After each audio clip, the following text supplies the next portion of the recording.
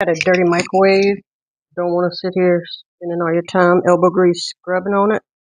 Get you a cup of water and either 2 tablespoons of vinegar or the juice of a lemon. I chose the lemon. As you can see, there's some lemon seeds down in there. Just take it.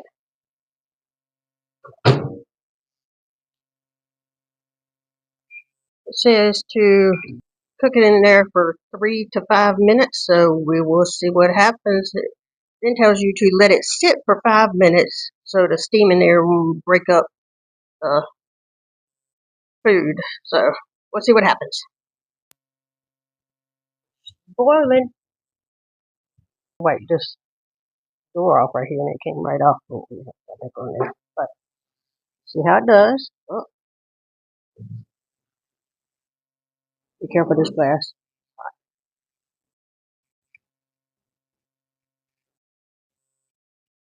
Wipe it out. For water and either 2 tablespoons of vinegar or the juice of a lemon.